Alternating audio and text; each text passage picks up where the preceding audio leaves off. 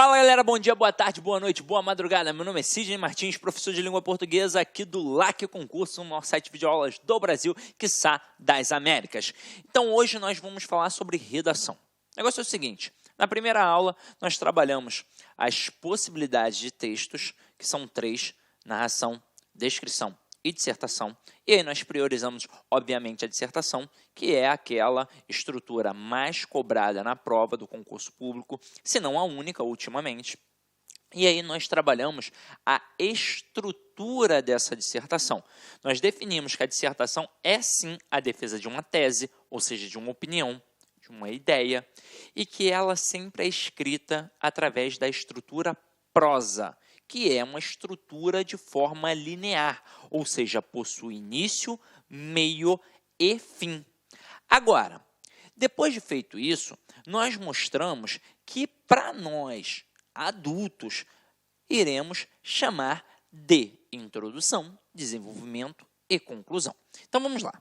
A gente fez basicamente isso daqui, ó, introdução, desenvolvimento e conclusão. Aí dividimos essas 3 partes e demos algumas importâncias para as partes. Na introdução, por exemplo, nós colocamos o TF, que é o tópico frasal, ou seja, é a nossa opinião, é a nossa tese, é a frase mais importante do nosso texto. Tudo que a gente vai fazer gira em torno do tópico frasal, tudo, absolutamente tudo. Aí depois a gente apresenta argumentos. Neste momento, o que a gente faz? A gente aqui define como vai ser todo o texto. Todo o texto. Então, eu coloco uma ideia e apresento argumentos para poder sustentar essa ideia. Você vai perceber que normalmente há uma relação de causa e consequência entre a ideia, entre o tópico frasal e os argumentos apresentados.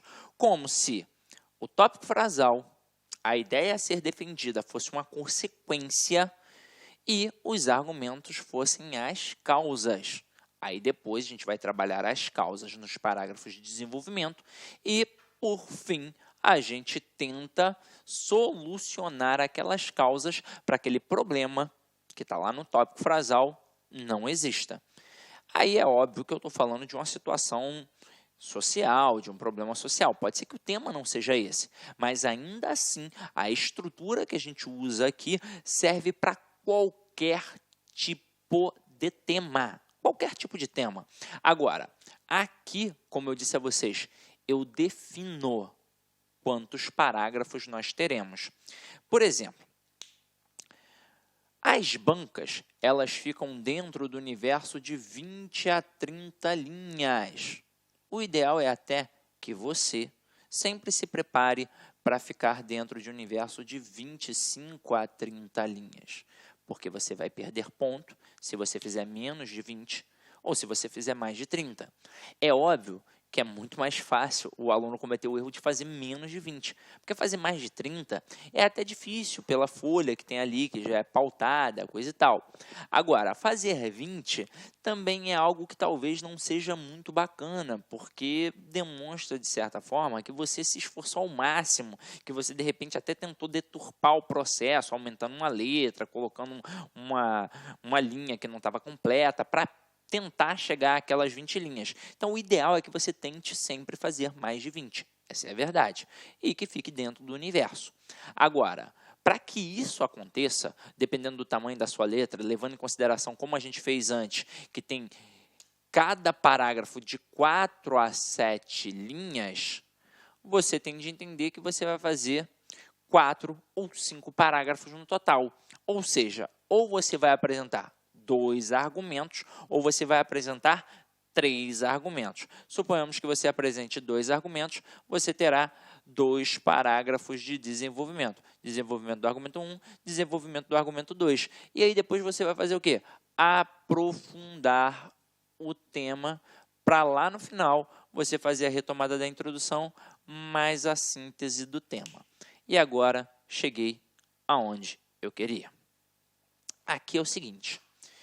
Na primeira aula, nós mostramos que o cartão de visita é a introdução. Quando a introdução está bem feita, a tendência da sua nota é ser elevada. Quando a introdução não está bacana, a tendência da sua nota é ficar lá embaixo. Por quê? Porque o olhar dos avaliadores é um olhar viciado. Então, se ele olha a introdução, procura aqui a coerência dos argumentos que você apresentou. Estão todos direitinhos. Apresentou 2 argumentos, tem 2 parágrafos de desenvolvimento. Apresentou 3 argumentos, tem 3 parágrafos de desenvolvimento e na sequência, respectivamente, apresentada, ok. Falou de educação aqui em cima. Na conclusão, você fez a retomada, falou de educação. Falou de violência, falou de homossexualidade. Falou de homossexualidade. Então, tá tranquilo. Falou de aborto. Pô, tá tranquilo. Então, ele vai dar uma relaxada. Agora, se não mencionou, se não está direitinho, aí a tendência é ele puxar. Agora, quanto mais difícil o concurso, mais elevado é o nível do candidato que está competindo contigo. Então, é óbvio que o cara vai fazer uma boa introdução. É óbvio que ele fez um módulo de redação com alguém. É óbvio que ele estudou, talvez até por conta própria, ou então que ele já tem essa bagagem, porque estudou em escolas tradicionais, ou então porque estudou em excelentes escolas. Essa é uma ferramenta que ele já tem e que você também tem. E aí, o que vai fazer a diferença é a forma como você desenvolve o seu argumento. É a forma como você aprofunda este tema. E é por isso que você deve sempre ampliar o seu conhecimento de mundo. Você sempre deve fazer leituras pertinentes ou assistir a alguns programas pertinentes. As dicas que eu sempre dou são sempre relacionadas aos jornais e às revistas que todo mundo acompanha. Eu já mencionei isso para vocês no outro bloco de aula, vou mencionar mais uma vez. É extremamente importante que você leia editoriais de jornais, que você leia revistas, que você leia os jornais, que você leia Le Monde Diplomatique, Veja, Caros Amigos, Isto É, Época, Carta Capital, não importa qual é a que você mais se assemelha. Leia. E de preferência, já que você não quer ser manipulado, de repente, politicamente, porque umas são de esquerda, outras são de direita, e aí vai depender do seu ponto de vista. É óbvio que você pode fazer a leitura e filtrar o que é bom e o que é ruim, já que você tem uma bagagem linguística bacana para isso. Mas se você não quiser ainda assim correr esse risco, compre aquela revistinha Atualidade para o Enem. Ah, mas eu não vou fazer Enem. Não importa, você faz sim temas de atualidade na sua prova de redação. Então, você tem que estar habituado àqueles temas ali. E, geralmente, a estrutura é resumo e a reportagem em si. Não tem muito tempo, leia pelo menos o resumo, que já vai te dar uma boa base sobre aquele assunto. Se você tem tempo, leia o resumo e leia a reportagem toda. E aí vai ficar sensacional. Agora, pode ver também o telejornal, Jornal Nacional, Jornal das 10, na Globo News, assistir a programas como Roda Viva, como, sei lá, o próprio programa do Jô. Tem um programa sensacional do Michel Melamed, que é um programa de entrevistas, vale muito a pena, é muito maneiro. E alguns outros programas que são relacionados a esses ambientes das atualidades. Então acompanhe, vale a pena. Agora, quais são as formas de desenvolvimento? Quais são as possibilidades de argumentos que nós temos? E é em cima disso agora que a gente vai trabalhar, tá? Porque existem várias formas. E aí vai depender da sua própria capacidade de ou buscar esse conhecimento ou aquele conhecimento que você já abarca. Você tem uma profissão, você tem um estudo, você tem uma faculdade. Então, você é da área de humanas, você é da área de exatas, isso tudo vai influenciar. Então, vamos acompanhar aqui agora. Ó. Deixa eu apagar aqui para não ficar poluído visualmente.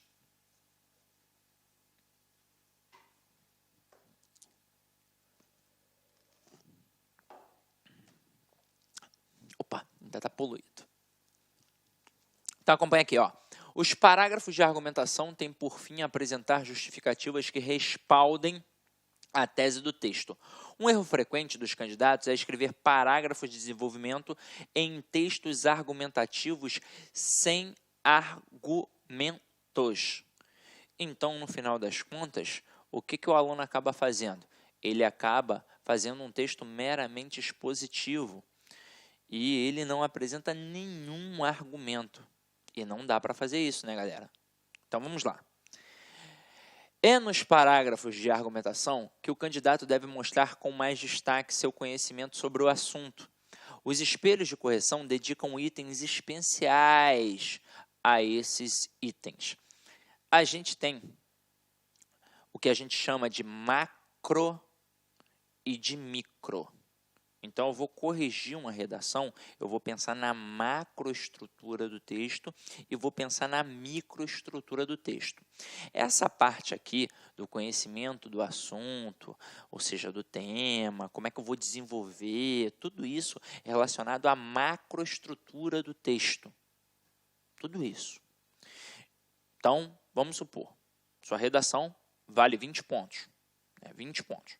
12 pontos de macroestrutura. Vamos pensar. Conhecimento do tema, se fugiu ou não, a forma como você desenvolve aquele argumento, tudo isso. E 8% de microestrutura. O que é essa microestrutura? É a parte ortográfica, é gramática. É se você cometer um erro de acentuação, se você cometer um erro de crase, se você cometer um erro de pontuação, se você cometer um erro de ortografia, um erro de concordância, que é óbvio, pode acabar até influenciando na parte da macroestrutura. Nada impede, mas são erros gramaticais. E aí, vamos supor que você já comece, aliás, redação é a única prova que você já começa com a nota máxima. E aí você vai errando isso, você vai perdendo ponto. Então, além de saber tudo isso daqui, você ainda tem que estar firme na gramática, tá? Mas isso daqui, ó, relacionado à parte macroestrutural do texto. O candidato deve delimitar claramente um argumento por parágrafo. Isso é claro. Eu tenho que tomar cuidado. Eu jamais vou pegar um argumento e usar 2 parágrafos para desenvolver esse argumento. O que vai acabar acontecendo? Vai perder força. E eu jamais vou utilizar 2 argumentos num único parágrafo. O que vai acontecer? Eu ficarei extremamente superficial, porque eu vou ter que responder logo rápido. Então, claramente, um argumento por parágrafo. Apresentar mais de um argumento por parágrafo torna o texto raso e tratar um mesmo argumento em mais de um parágrafo torna o texto repetitivo. Então, vamos lá. Argumentação. Para respaldar uma tese, diversos tipos de argumentos podem ser empregados. Olha aqui os principais que nós vamos trabalhar. E eu sempre digo a vocês, eu levo em consideração a Bíblia da produção textual dentro das faculdades de letras e das faculdades de comunicação social. É o livro do Otton Moacir Garcia, Comunicação em Prosa Moderna. Então, a gente leva em consideração dados estatísticos, exemplos, relações de causa e consequência, testemunhos de autoridade e contra-argumentos. Então, acompanha aqui comigo, ó. Primeiro, vamos trabalhar os dados estatísticos. Então, aqui, ó, dados estatísticos expressam numericamente um fato defendido na tese do texto, sugerem respaldo científico à tese, agora, não devem ser inventados e podem ser aproximados. Isso aqui é muito importante. Às vezes, a gente pensa que pode enrolar o avaliador. É só você parar e pensar. Sobre aquele tema que está ali na tua prova, aquele avaliador leu diversos textos. Talvez até todos os textos que mencionam aquele tema. Ele está firme. Ele foi preparado para aquilo. E aí você inventa um dado estatístico, na hora o camarada vai perceber. E aí, meu irmão, você está ferrado. Agora, se você não sabe exatamente, você pode trabalhar de forma aproximada.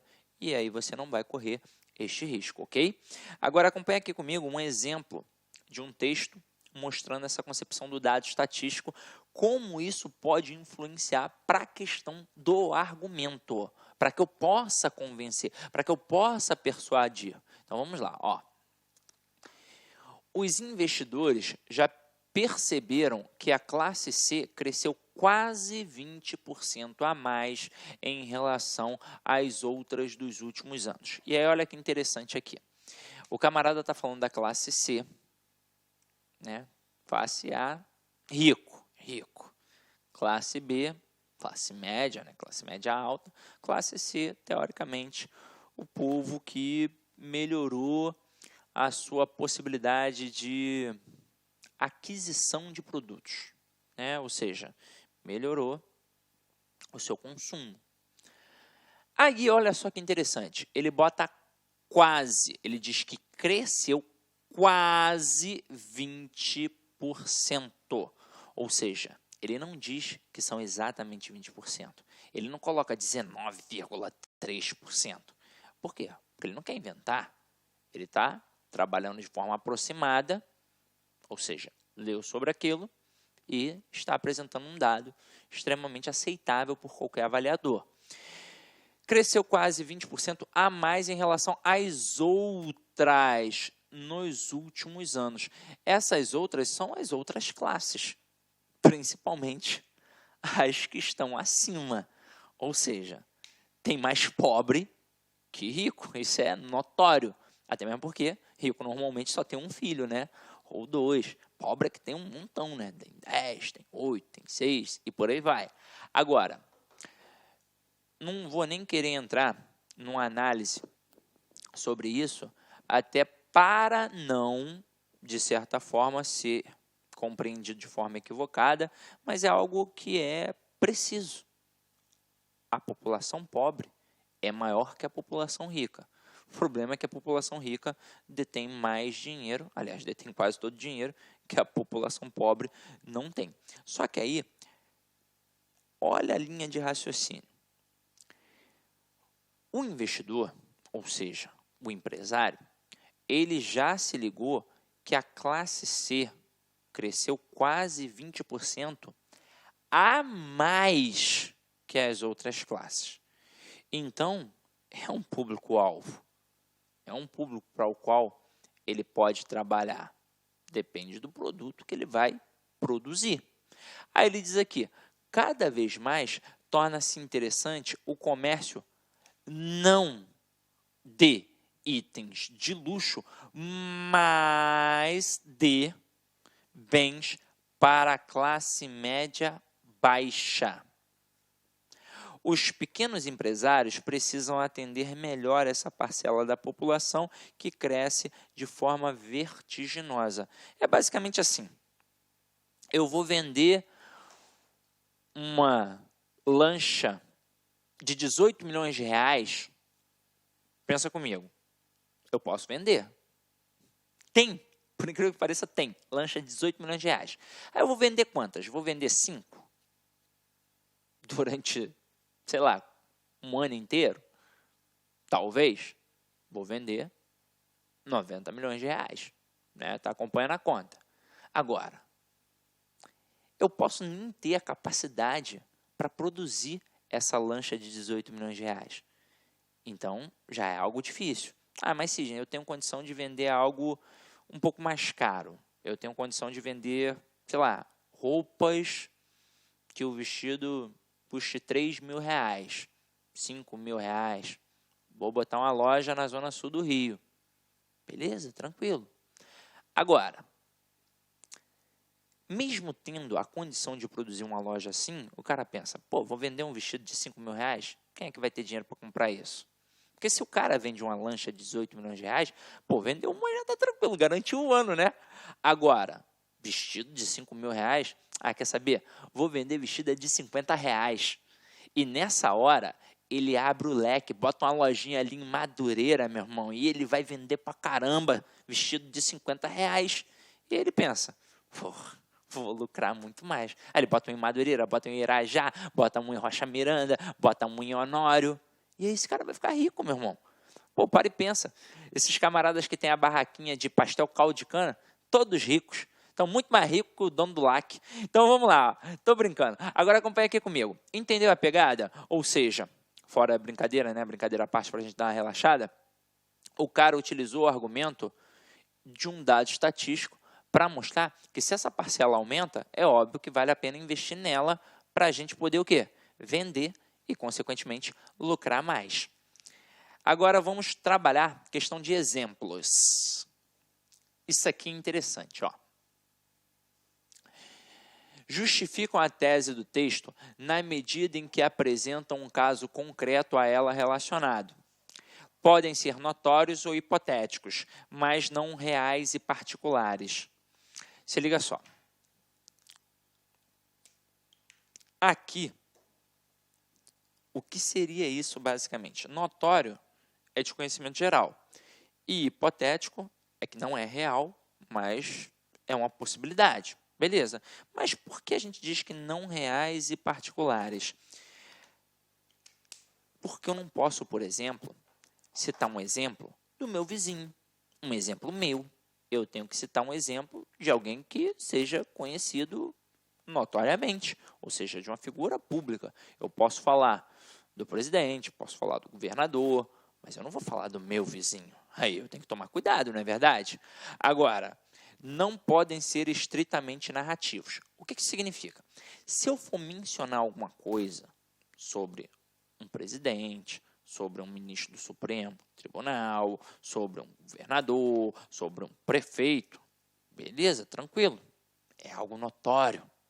Mas eu não vou ficar narrando tudo aquilo, porque eu não estou trabalhando uma narrativa, eu estou trabalhando uma dissertação e vou usar um exemplo que vai servir de base para o meu argumento, só isso. Então eu vou relatar brevemente, nada de ficar falando tintim por tintim, porque aí eu mudo a modalidade do texto e eu posso acabar me ferrando. Afinal de contas, o cara pediu para você fazer uma dissertação e não uma narrativa.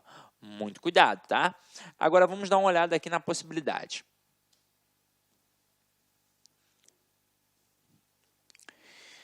Diversos países, entre eles os Estados Unidos, aplicam a pena de morte como tentativa de aplacar a violência. No entanto, os estadunidenses têm percebido pouca redução efetiva na criminalidade graças à pena capital, ou seja, não está dando muito certo para reduzir a questão da violência, o que mostra a ineficácia de tal punição. É preciso, em vez de matar o criminoso, dar condições sociais dignas a cada cidadão para que este não venha a se envolver com o mundo do crime. Então, aqui nessa parte em vermelhinho, o que a gente faz? A gente mostra um exemplo da pena de morte lá nos Estados Unidos, para mostrar que lá não funcionou. E se lá não funcionou, aqui também não deve funcionar. Essa é a ideia trabalhada aqui nesse texto. Acho que ficou bem claro, tranquilo? Eu estou procurando separar pelas cores para que você possa entender com mais facilidade aí na sua casa, tá? Então vamos lá. Próximo aqui. Relações de causa e consequência fortalecem o texto na medida em que situam a tese diante de uma cadeia de outros fatos. Devem ter suas relações coesivas bem explícitas, com conectivos causais, explicativos, conclusivos e ou consecutivos. Então, vai trabalhar conectivos de causa, de explicação, de conclusão e de consequência. E aí se liga na pegada. Olha um exemplo aqui. É preciso com urgência construir mais escolas e não presídios. Olha só, vamos trabalhar a relação de causa e consequência. Além de um jovem instruído ter muito menos chances de entrar para o mundo do crime e mais consciência dos reflexos de suas ações sobre a sociedade, do ponto de vista financeiro, a escola também é uma opção mais viável. Um aluno custa ao país muito menos que um presidiário e dá frutos muito mais promissores. Então, a gente trabalha aqui uma relação de causa e consequência. Se o aluno é um gasto menor que o presidiário, e se o aluno é capaz de trazer um fruto muito mais promissor, diante disso, o que a gente faz? Porque essa é a relação de causa e consequência. A causa é a origem de um processo e a consequência é o que decorre diante daquilo. Então, diante desta situação em que o aluno é menos oneroso aos cofres públicos e é mais promissor para a sociedade, ora, com urgência, vamos construir mais escolas e não presídios. É um belo e forte argumento. Tranquilo? Beleza? Todos os argumentos que a gente acabou de apresentar aqui são extremamente eficazes dentro de uma prova. E aí eu tomei cuidado de trabalhar alguns assuntos legais. Por exemplo, esse primeiro que a gente trabalhou aqui, você pode ser cobrado numa modalidade, num tema relacionado à sociedade de consumo. Pô, várias provas de concurso já trabalharam isso. Várias provas. E eu não estou falando só de concurso público civil, estou falando até de concurso técnico. Prova do Pedro II que seu filho vai fazer. Já cobrou questão do consumismo. Então, é algo bacana, né? Vestibular cobra isso, concurso público civil cobra isso. Questão da pena de morte. Caramba, isso pode cair em qualquer prova. Isso é um tema vigente. Isso pode ser levantado aí, como por exemplo, nas eleições dos Estados Unidos, que o Trump ganhou, e aí isso pode vir à tona, pode ser um texto motivador. Por que não? Galera da área, da segurança pública direto pode trabalhar isso daqui, mas não só a galera da segurança pública, a galera do tribunal também. E agora, uma questão de causa e consequência relacionada, mais uma vez, à questão da educação, à questão da segurança pública, temas que se misturam ali no meio, a questão, de certa forma, política. Caramba, são várias coisas para a gente poder trabalhar aí. E agora vamos trabalhar a questão de testemunhos de autoridade. Trata-se da fala de pessoas renomadas de competência notória sobre o tema discutido. Em citações diretas, use aspas. Se não tiver certeza da versão original, prefira uma paráfrase. O que é a paráfrase? É quando eu digo as mesmas coisas, só que com as minhas palavras. É o seguinte, se eu tenho certeza absoluta sobre o que foi dito na íntegra, eu faço uma citação direta. Então, eu coloco, segundo fulano de tal, 2 pontos, abro aspas, coloco na íntegra, fecho aspas. Essa é a citação direta. Agora, se eu não tenho certeza, eu falo com as minhas próprias palavras aquilo que o camarada disse. Isso é uma paráfrase. E não invente citações ou autoridades inexistentes. Caraca, essa é sensacional. Eu tive um aluno no ensino médio que ele inventava pessoas, ele inventava citações. Era uma coisa horrorosa, porque é óbvio que a gente percebia. E aí não dava, né, para dar uma nota bacana. E tem gente que faz isso no concurso público também. Então, pelo amor de Deus, não inventa citação, porque você pode entrar pelo cano, tranquilo? Agora aqui, eu quero falar só uma coisa. Além de não inventar uma citação, além de não inventar uma autoridade, eu tenho que tomar cuidado com aquela autoridade citada. Porque tem que ser uma autoridade com força, com bagagem, pertinente àquele tema que eu estou trabalhando. Eu não posso, por exemplo, usar uma autoridade que não tem nada a ver com aquilo. Sei lá, eu vou falar sobre economia e cito alguém que ganhou, não o Prêmio Nobel de Economia, mas o Prêmio Nobel da Paz. Pô, não dá, né? Então, nessa hora que eu cito uma autoridade que não tem nada a ver com aquele tema, eu posso entrar num erro de falácia. Então, pode ser um argumento falacioso. Então, tem que tomar cuidado. É por isso que eu tenho que utilizar uma autoridade pertinente àquele assunto. Então, acompanha aqui comigo, ó. Segundo o secretário de Educação da cidade de Londres, a Inglaterra tem obtido bons resultados no ensino de matemática utilizando a música em sala de aula. Aqui ele fez uma paráfrase. Ele até citou o cara, mas ele falou com as próprias palavras, mais ou menos, o que o cara, né, o secretário de Educação de Londres, quis dizer. Também o presidente da Associação Brasileira de Matemáticos ratifica, ou seja, confirma. Aí aqui ele fez uma citação direta, ó, 2 pontos, abre aspas, coloca na íntegra o que o cara falou, fecha aspas, e agora ele continua o texto. Percebe-se, então, a possibilidade de inovar na sala de aula do ensino básico, trazendo novos acordes para a educação matemática. Olha só que interessante. Quando a gente pensa em introdução, desenvolvimento e conclusão, isso não é num texto como um todo apenas, não. Eu posso trabalhar isso dentro de cada parágrafo. Cada parágrafo tem uma ideia central que eu desenvolvo, uma ideia principal, e que eu posso, inclusive, concluir. Foi o caso aqui. Então, aqui ele utilizou um testemunho de autoridade, o secretário de Educação de Londres e o presidente da Associação Brasileira de Matemáticos. Ou seja, por quê? Ele está falando de educação relacionada ao mundo da matemática. Então, por isso ele falou do secretário de Educação e do presidente da Associação Brasileira de Matemática.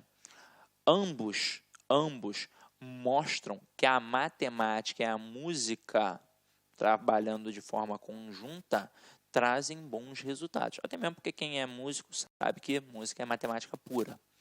Agora, diante disso, percebe-se então aqui como um elemento conclusivo, ou seja, ele conclui a possibilidade de inovar na sala de aula do ensino básico, trazendo novos acordes para a educação matemática. Ou seja, que bela metáfora ele fez aqui. Ele trabalhou a questão, mais uma vez, da música, esses novos acordes, ou seja, se todo mundo está falando, se o secretário de Educação de Londres fala, se o presidente da Associação Brasileira de Matemáticos fala que a matemática e a música se coadunam, caramba, vamos usar isso em nossas salas de aula. Olha que sensacional. Agora, e se eu citasse, sei lá, o secretário de Segurança para falar da educação matemática dentro do ensino básico? Não rola, né? Então, eu tenho que tomar cuidado com isso. Ok? Beleza? Então, vamos lá. Próximo aqui é a questão do contra-argumento. O contra-argumento é um excelente argumento. Essa é a verdade. Então, acompanha aqui comigo. Ó. Contra-argumentar é apresentar uma ideia oposta à sua, para logo depois derrubá-la por meio de argumentos seus. A contra-argumentação antecipa possíveis questionamentos do interlocutor. Seu contra-argumento deve estar ligado à ideia alheia, combatida por um conectivo de oposição. E aí, dentro do valor da oposição, a gente sabe que tem a adversativa e sabe que tem a concessiva. A concessiva, por exemplo, é uma excelente arma de contra-argumentação, ou seja, de argumentação. Excelente arma. Estou conversando com você, por exemplo, sobre aborto. Não quero aqui dizer que você é a favor ou contra, nem que eu sou a favor ou contra. Estou criando uma situação hipotética. Aí vamos supor que você diga assim para mim, Sidney, o aborto deve ser legalizado porque é um caso de saúde pública. Várias meninas estão morrendo em verdadeiros açougues.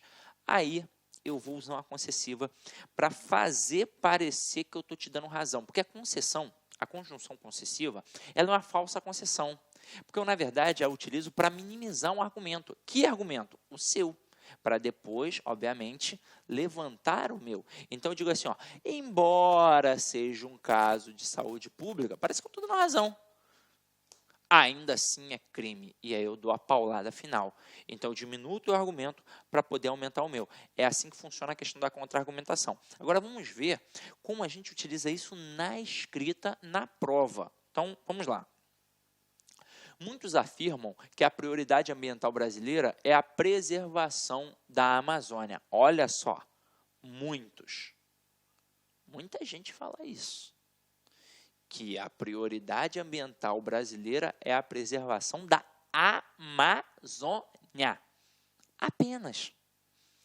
No entanto, e aí olha, esse no entanto aqui é uma conjunção adversativa, indica uma oposição, ou seja, nós vamos contrapor, nós vamos contra-argumentar em relação a esta ideia que é apresentada. No entanto, não se trata de tomar cuidado com outros ecossistemas. No entanto, se tomar cuidado com outros ecossistemas, tais como o Pantanal e o Cerrado, danos ainda maiores podem ser acarretados ao meio ambiente e ao homem, visto que, aí aqui ele usa uma relação bacana para poder mostrar, visto que nessas regiões há maior povoação humana e, portanto, maiores riscos de degradação. Afinal de contas, se no Pantanal e no Cerrado tem mais gente, porque ele diz aqui, tem mais gente que lá na Amazônia, por que eu só vou priorizar a Amazônia e vou deixar de lado o Pantanal ou o Cerrado, por exemplo? Aqui ele não diz que não deve proteger ou preservar a Amazônia.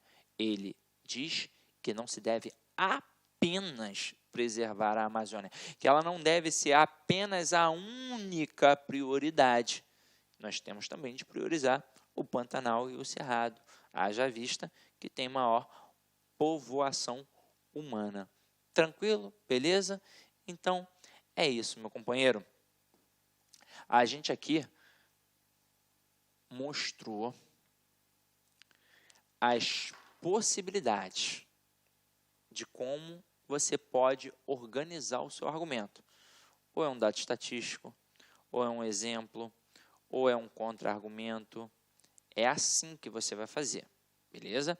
Agora, diante disso, na continuidade do nosso curso, nós vamos trabalhar mais ainda para poder perceber como você vai utilizar de forma correta ou como pode ser utilizado até de forma equivocada. É por isso que no decorrer do nosso curso eu vou trazer alguns exemplos de redações perfeitas e alguns exemplos de textos com certos equívocos, ok? Beleza? Então, a mensagenzinha final aí bacana. Você nunca sabe que resultados virão da sua ação, mas se você não fizer nada, não existirão resultados. Então, meu companheiro, quer algum resultado? Levanta a bunda da cadeira, do sofá e vá trabalhar. Tem que fazer alguma coisa, tem que cair para dentro. É isso.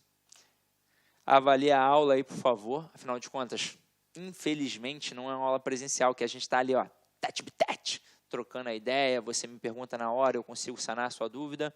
A gente procura aqui trabalhar em cima das reflexões que nós imaginamos que você, aluno do online, vai fazer. E aí, é óbvio que qualquer dúvida maior, ou você entra em contato com a empresa, ou comigo nas mídias sociais. Às vezes a gente demora um pouquinho para responder, porque são muitas pessoas que mandam, mas insista que uma hora eu vou ver, ou qualquer outro professor aqui da empresa. E é isso. Espero ter contribuído significativamente para a aquisição do teu conhecimento. Fica ligado na forma como a gente organizou esses argumentos, nesses temas que são pertinentes. É isso. Ide em paz e que o Senhor sempre, sempre vos acompanhe. Clique lá aqui.